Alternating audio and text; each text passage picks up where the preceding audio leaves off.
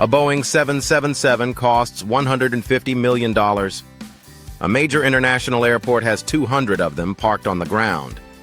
That's $30 billion worth of aircraft sitting exposed on concrete. Now add a Category 5 hurricane with 185 miles per hour winds barreling straight toward it. One loose aircraft, one broken tie-down, and a 350,000-pound jetliner becomes a building-sized wrecking ball that destroys everything in its path.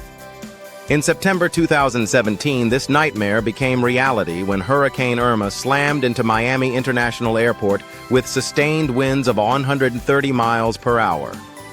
The question isn't if hurricanes will hit major airports.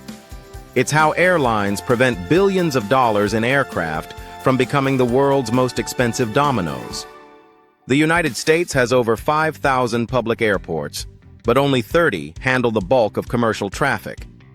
And here's the problem. 8 of them sit directly in Hurricane Alley. Miami, Houston, New Orleans, Tampa, Fort Lauderdale, Orlando, Charleston, and Jacksonville. Every single one faces hurricane threats annually. Let's talk about what we're actually protecting here.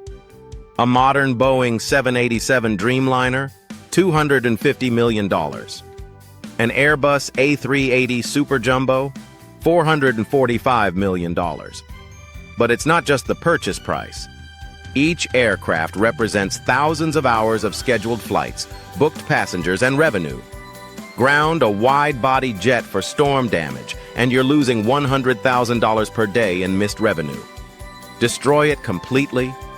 You're looking at a 2-year wait for a replacement because you can't just order a new 777 on Amazon Prime. Do the math on a major hub airport. Miami International handles over 1,100 flights daily. On any given day, there might be 200 aircraft on the ground.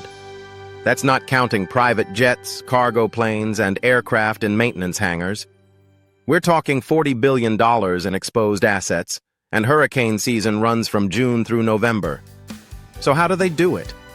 How do pilots and airport operations teams protect the world's most expensive machines from storms that can tear buildings apart?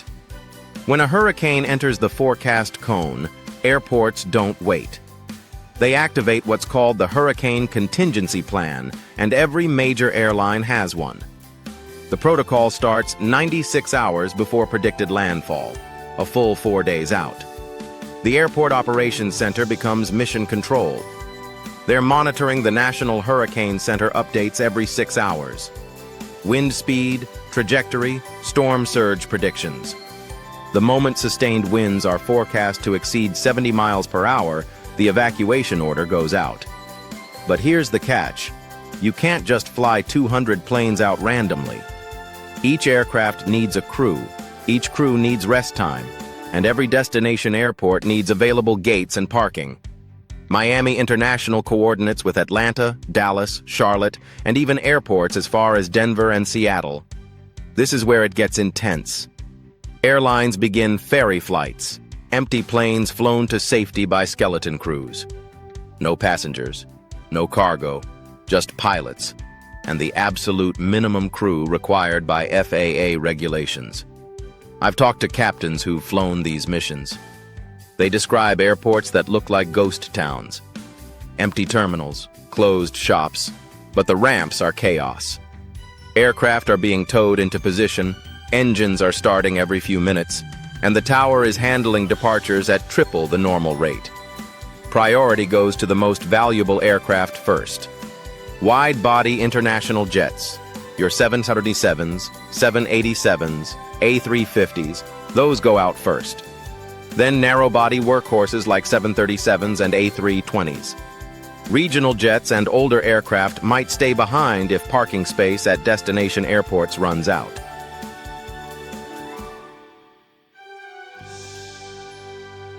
The last passenger flight typically leaves 36 hours before predicted hurricane force winds. After that, it's ferry flights only, and the clock is ticking. Here's why timing matters. Once sustained winds hit 50 miles per hour, the FAA shuts down the airport completely. No departures, no arrivals, nothing. If your aircraft is still on the ground, it's staying for the storm. In 2017, Hurricane Irma's timeline compressed rapidly. Airlines that waited too long found themselves with aircraft trapped on the ground. American Airlines alone evacuated over 300 aircraft from Miami and Fort Lauderdale. United moved 200 planes from Houston before Hurricane Harvey. The logistics rival a military operation. But not every aircraft gets out. Some are in heavy maintenance, engines removed, systems torn apart. You can't fly a plane with no engines. Other aircraft might have mechanical issues, or there simply isn't enough time or parking space at destination airports. Those aircraft face the storm on the ground, and that's where things get serious. The tie-down procedure. Aircraft that remain get secured using massive tie-down procedures. Each plane has specific hardpoints on the landing gear and fuselage designed for ground securing. Maintenance crews attach heavy-duty straps and chains to these points, then anchor them to concrete tie-downs embedded in the ramp. A typical Boeing 737 gets at least 10 tie-down points. Larger wide bodies? 15 or more. These aren't regular chains. We're talking industrial-grade equipment rated for tens of thousands of pounds of load. But here's the terrifying reality. Aircraft aren't designed to handle crosswinds above 60-70 miles per hour while on the ground. Modern jets have huge tail surfaces that act like sails in high winds. In hurricane conditions with 130+ miles per hour winds, even tied-down aircraft can shift, slide, or in extreme cases, flip completely over. Hangar priority. If an airport has hangar space, certain aircraft get priority protection. Brand new aircraft still under warranty, aircraft undergoing expensive modifications, or planes belonging to cargo carriers get moved into hangars when possible. But hangars have limitations. A typical airline maintenance hangar might fit 3 narrow-body aircraft max. Miami International has maybe 20 hangars total. That's enough space for 60 planes out of 200 on the ground. The rest face the storm exposed. The nightmare scenario. In 2017, Hurricane Irma caught several dozen aircraft on the ground at various Florida airports. The storm's eye wall brought sustained 130 miles per hour winds, with gusts exceeding 150 miles per hour. Several aircraft broke their tie-downs and collided with other planes, causing millions in damage. One FedEx Boeing 757 cargo plane was found 200 feet from where it was parked, having been blown across the ramp like a toy. The aircraft sustained over $8 million in damage and was eventually written off as a total loss. A $50 million aircraft destroyed by wind. But it gets worse. Loose aircraft become battering rams. When one plane breaks free, it doesn't just damage itself. It crashes into other aircraft, creating a domino effect. Before we continue, quick favor, hit that subscribe button if you haven't already. Now back to the storm. When the hurricane passes, the damage assessment begins immediately, and this is where the real pilot perspective comes in. Because it's not just about structural damage you can see. It's about what the storm did to systems pilots depend on to keep passengers safe. Salt-laden rain and storm surge can penetrate aircraft through the smallest gaps. Avionics bays, engine cores, hydraulic systems, all vulnerable to water intrusion.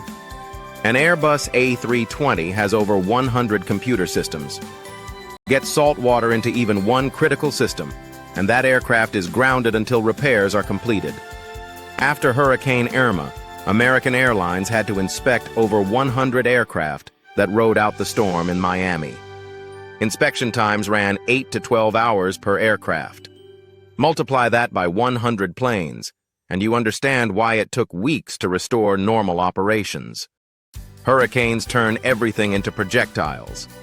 Palm fronds, roof tiles, metal debris, all of it gets blasted across airport ramps at 100+ miles per hour. Aircraft that stayed on the ground get peppered with debris, causing dents, punctures, and scratches that compromise structural integrity. One of the most expensive damage types? Engine fog. Foreign object damage. A single bolt sucked into a turbofan engine during post-storm engine runs can cause millions in damage. Every engine on every aircraft that faced the storm gets inspected with bore scopes before the plane is cleared to fly. The economic impact. Hurricane Irma's impact on Miami International Airport exceeded $50 million in direct damage. But the economic ripple effect? Over $300 million when you factor in canceled flights, rerouted passengers, and lost revenue. Airlines that successfully evacuated their fleets resumed operations within 48 hours. Those that didn't. Some aircraft remained grounded for months. Here's what most people don't know. Airline pilots train specifically for hurricane scenarios, not for flying through them. Modern commercial aviation has sophisticated weather radar and routing systems that keep aircraft hundreds of miles from hurricane cores. No, pilots train for the decision-making before the storm hits. Captains working ferry flights face unique challenges.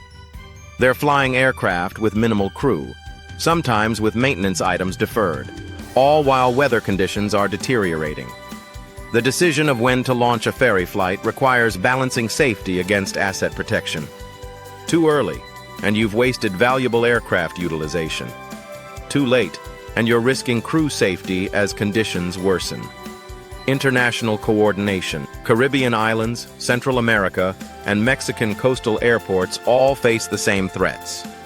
When Hurricane Maria devastated Puerto Rico in 2017, San Juan International Airport lost virtually its entire ground fleet. Airlines had to ferry in replacement aircraft to restore service, but with the airport damaged and fuel supplies disrupted, even that became a complex operation requiring coordination between multiple airlines, the FAA, and emergency management. The question wasn't whether hurricanes threaten airports. They absolutely do, with billions in aircraft at risk every single season. The question is how the aviation industry has learned to protect these assets while maintaining safety as the top priority. The answer? Planning that starts days in advance, procedures tested over decades of experience, and pilots and ground crews who execute those procedures flawlessly under pressure. From the evacuation timeline that begins 96 hours out, to the ferry flights moving hundreds of aircraft to safety, to the tie-down procedures for planes that can't escape, every piece matters. Skip one step, ignore one warning, and you get the Hurricane Irma scenario. Aircraft destroyed, operations crippled, and hundreds of millions in losses. But when airlines follow the protocol, trust the data, and execute the plan, they can evacuate entire fleets ahead of storms and resume operations within days of a hurricane passing. If this inside look at hurricane operations opened your eyes to what really happens behind the scenes at your local airport during storm season, hit that like button and subscribe to PilotScope TV for more in-depth aviation content. Because hurricane season isn't over and the next big storm is already forming somewhere out in the Atlantic. What other extreme aviation scenarios do you want us to break down? Drop your ideas in the comments.